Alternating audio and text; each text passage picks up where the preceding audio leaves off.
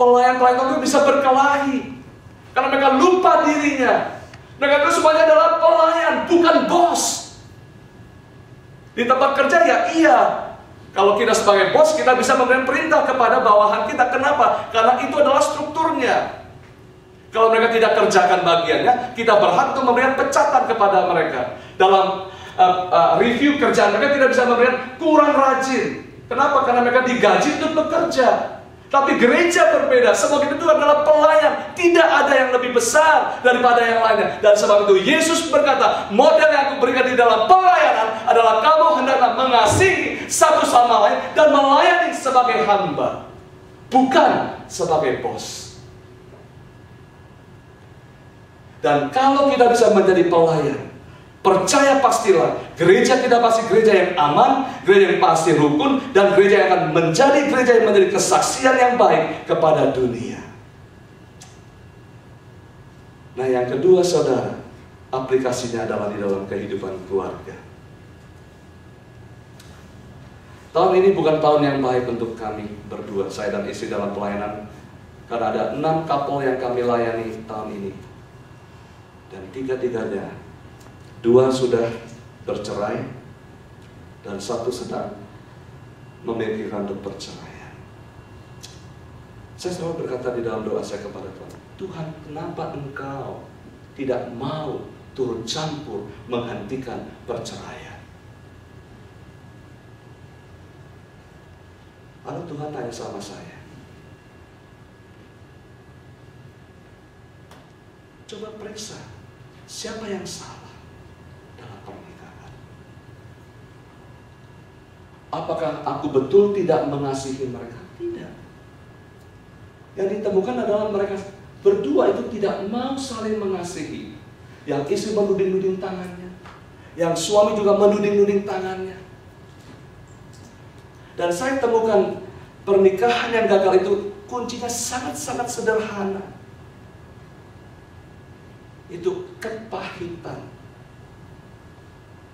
Dan kepahitan itu ditimbun, akhirnya meledak, dan akhirnya berkata, aku tidak bisa lagi mengasihi kamu. Saudara mau tahu bahaya kepahitan? Ada yang pernah scuba diving? Apa yang pertama diajarkan kalau kita mau scuba diving? Jangan menahan napas. Mengapa? Waktu kita menyelam dengan oksigen, waktu kita bernafas itu oksigen itu memenuhi paru-paru kita.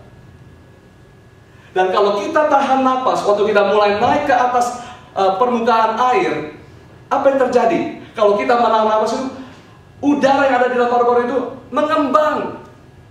Dan kalau kita tidak keluarkan itu selain mengembang, akhirnya apa? Paru-paru kita itu meledak. Ada bisa tahu kalau meledak di dalam air, bahayanya luar biasa.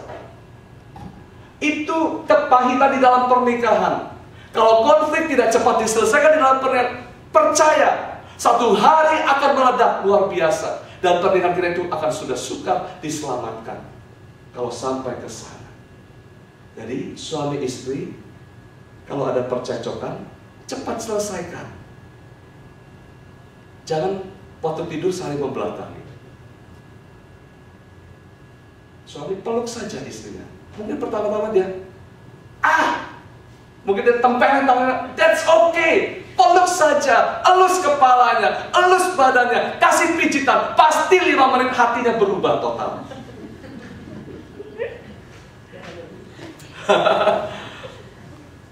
Is that right, Yoga?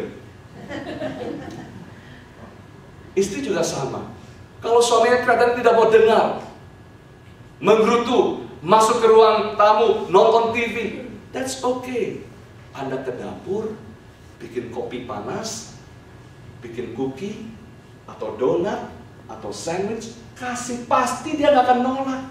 Pertama mungkin dia pura-pura nggak lihat, tapi hatinya udah mau tuh ambil kopi sama sandwichnya. Coba nanti ada tinggal sebentar, pasti sudah habis makanannya.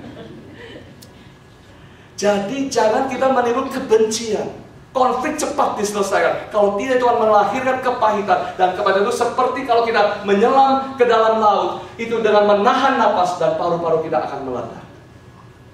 Yang terakhir, saya mau tutup dengan satu cerita. Saudara yang terkasih, Tuhan mengajarkan kepada kita, apalagi di bulan Desember ini, tema adalah tentang kasih.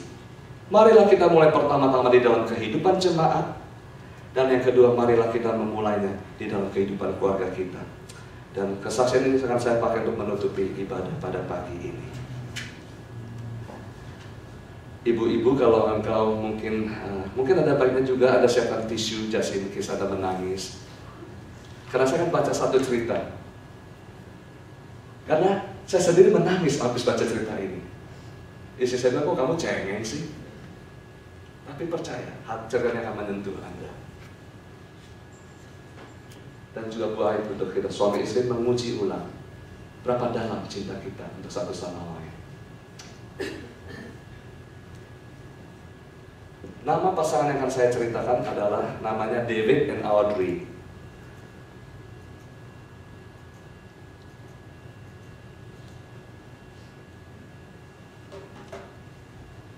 David Audrey ini menikah pada tanggal Juli 10 tahun 34 di Ontario, Kanada.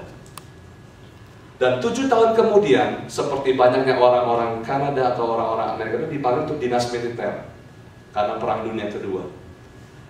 Menikah Juli 10 34, Juli 10 41, suaminya David dipanggil untuk pergi perang.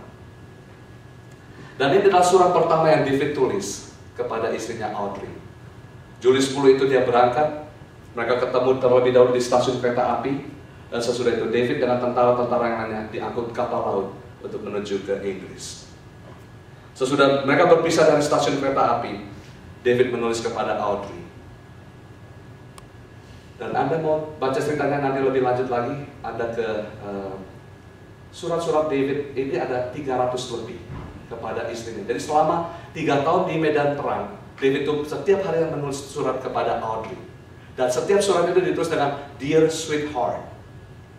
Dan Anda sekarang bisa baca surat-suratnya David di Globe and Mail, surat kabar dari terbitan Kanada. Sesudah mereka berpisah, David menulis kepada Audrey. Saya baca bahasa Inggris, nanti saya terjemahkan. I hope that you didn't think I was being too casual in my goodbye to you at the station. Saya harap Mama ngerti kalau tadi di stasiun saya kayaknya terlalu terburu-buru. But you know, I hate a scene. I didn't feel any too good myself, so I had to say cheerio and run. Itu sebabnya saya harus buru-buru dan katakan sampai jumpa. But really and truly this was the worst yet. It was extremely hard to say anything to you or particularly to the youngsters, karena dia punya 2 anak gadis. And I am glad that they are not old enough to realize the uncertainty of this last goodbye. Tahulah, perpisahan ini sangat-sangat sukar buat saya. Karena kapan yang saya kembali, tidak tahu. Before I go any further though, I want you to know that I feel certain that I will be back with you for a great many more anniversaries. Tapi ketahuilah, satu hari saya pasti kembali, pasti akan ada ada acara-acara di mana kita bisa merayakan anniversary kita. I have planned these matters up to our mutual friend and have a very definite feeling of assurance in the matter. The only uncertainty I have is the length of time I may be away on this trip. But I will say that the next time I'm home should be for good. Audrey, ketahuilah, mungkin kita tidak tahu kapan saya bisa kembali, tapi saya pasti akan kembali. Dan pasti kalau saya sudah kembali, saya tidak akan pernah lagi meninggalkan Anda. And the one important thing I want you to know is that I love you with all my heart, and that this love will not alter one bit no matter how long I'm away. Tapi Audrey, ketahui pasti cintaku buat kamu itu sangat-sangat dalam, tidak bisa dipisahkan oleh apapun. I'm never really living or feel complete unless you are with me. Saya itu gak pernah rasanya puas dan bahagia kecuali Audrey ada bersama-sama dengan saya. Hey husbands, maybe today you need to tell that to your wife. Suami-suami, mungkin itu yang perlu kita kasih tahu sama istri kita hari ini. Hidup saya itu kurang tanpa mama. Kok suami-suami pada diam saja sih?